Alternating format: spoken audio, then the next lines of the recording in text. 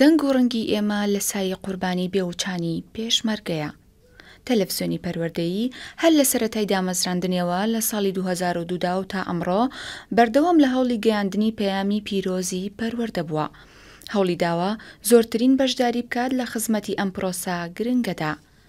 پاش چەندین ساڵ کارکردنی بەردەوام لە ساڵی 2013دا توانرا چەند گۆڕانکارێکی گەورە بکرێت لە سیستەمی کارکردنی تەلەڤیزیۆنەکەدا، ئەویش بە گۆڕینی سیستەمی ستودیۆ و پەخشی تەلەڤیزیۆنەکە لە سیستەمێکی ئەنەلۆکەوە بۆ سیستەمێکی دیجیتاڵی نوێ و سەردەمیانە کە بتوانرێت لەگەڵ گۆڕانکاریەکانی سەردەمدا بگونجێت.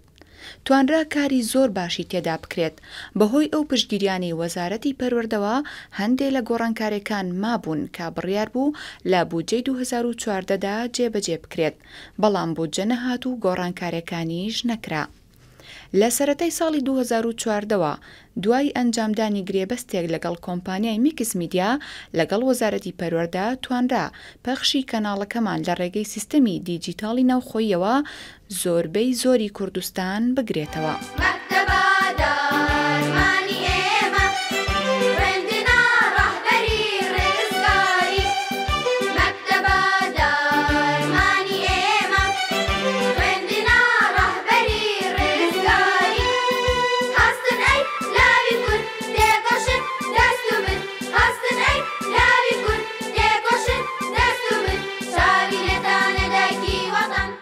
ساڵی 2014 ساڵی نەبوونی بودجە بوو، بەڵام کاری نەکردە سەرکارە سەرەکیەکانی تەلەڤیزیۆنەکەمان.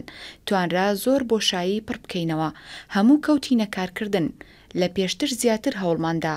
ئەو بۆشایی بەهۆی نەمانی ئەو هاوکارانەوە کە بە پاداشت کاریان بۆ دەکردین چەند کەسێک بە دانانی کاتی بێنە لامان و ببنە هاوکارێکی باش بۆمان. ئەم ساڵی خوێندنی 2014 بۆ 2015 توانرا زۆربەی وانەکانی پۆلی 12 لە ڕێگەی چەند مامۆستایەکی شارەزاوە تۆمار بکەین کە خۆشبەختانە ئەم ئەرکەیان گرتە ئەستۆ. هەموو مادەی هەموو بوارێکی موگناتیسکەر یا موگناتیسیە کاتێ دێت شتێکی تر ئەکاتە موگناتیس دایپۆڵەکانی لەناوە ڕێک دەکات، ینی گەردیلەکانی جەمسەرە موگناتیسەکانی ڕێک دەکات. کارمەندان بێموچەیی نەبووە گرفت و ڕێگر بەردەوام بوون لە کارکردن تا بتوانن هاوکارێکی باش بن بۆ ئەو قوتابی و خوێندکارانەی ناتوانن مامۆستای تایبەت بگرن و ئێمە ئەو کارە پیرۆزیان بۆ ئەنجام بدەین.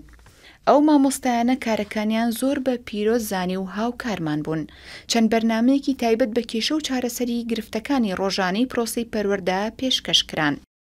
مناڵانمان فرامۆژ نەکرد لە ڕێی بەرنامەی ڕاستەوخۆ و پێشکەشکردنی چەندین بابەت بۆیان ڕۆژانە لەگەڵیان بووین. بەردەوام لەگەڵ کێشەکانی خێزاندا بووین و بەرنامەی خێزانی سەردەم زۆر کێشە و بابەتی تاوتوێ کرد. ڕۆشنبیرینکردنی تاک بە مافەکانی خۆی و بە خراپی ئەم جۆرە زەواجە و بۆی کە ئەمە کارێکی ناساییە، ئەمەش کارێکی باشە بۆی کە بتوانین ئەکرێتەوە سەر هەموو لایەنەکان، هەموو دەسەڵاتەکان، هەر لە دەسەڵاتی یاسادانانەوە کە پەرلەمانە. لە ڕێگەی ستودیۆی دەنگەوە چەندین کاری گۆرانی و میوزیک بۆ قوتابخانە و خوێندنگە و باخچەکانی ساوایان تۆمارکران. وەک بەشداریەک لە پاڵپشتی قارەمانێتی پێشمەرگە هاوکاری چەند هونەرمەندێکمان کرد بۆ ئەنجامدانی چەند سرودێک. ئەوەشی لە دەستمان هات وەک کۆمەک بۆ پێشمەرگە و ئاوارەکان کۆمان کردەوە بۆ هیوایی توانی بێتمان پشتیوانێک ببێتین. زۆربەی پەروەردەکان بەسەر کرانەوە، کارەکانی ئەوانیشمان خستە ڕوو. توێژەرەکان ڕۆڵێکی باشیان هەبوو لە ڕێنماییکردن لە ڕێگەی بەرنامەی پەروەردە و کۆمەڵەوە کە خۆبەخشانە کاریان تێدا کرد.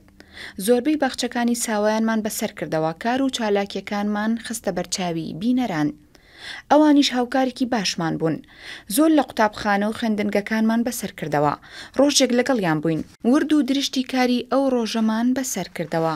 زۆر دیداری تایبەتمان ئەنجامدا لەسەر پرۆسەی پەروەردە و فێرکردن. بابەتی جیاوازمان باس کرد.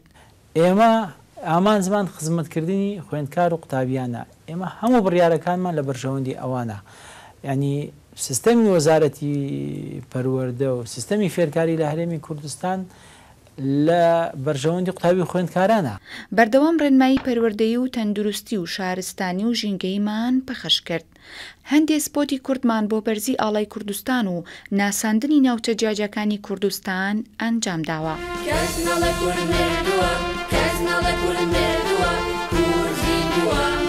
زين وقنا نبي الله كمان زين ئەم ساڵ کار و چالاکی پەروەردەی ئێجگار زۆر بوون، هەوڵماندا زۆربیان بەسەر بکەینەوە. ڕۆژانە چەند تیمێکمان لە بەسەرکردنەوەی چالاکیەکان بوون. بەشێک لە ڕاگەاندنی پەروەردەکانیش هاوکارمان بوون لە ناردنی هەواڵەکان. شەوانە نزیک لە نیو سەعات هەواڵی پەروەردەیمان هەبوو.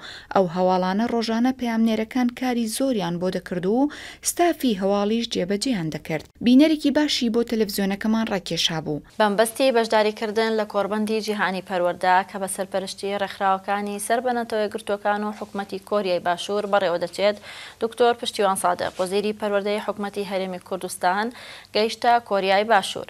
لەگەڵ ئەمانەدا ڕۆژانە تەلەڤیزیۆنی پەروەردەیی وەک هەر فەرمانگەیەکی تری وەزارەتی پەروەردە کارەکانی بەڕێ کردووە، تاکە فەرمانگەش بووە تا درنگانێکی شەو کارکردن تێیدا بەردەوام بووە، چونکە سروشتی کارکردن لە تەلەڤیزیۆندا وایە. ئێستاش هیوەمان زۆرە بەوەی ئەم کەناڵە ببێتە کەناڵێکی ئاسمانی تا زۆرترین مناڵانی کورد لە بەرنامە و بابەتەکانی سوودمەند ببێت.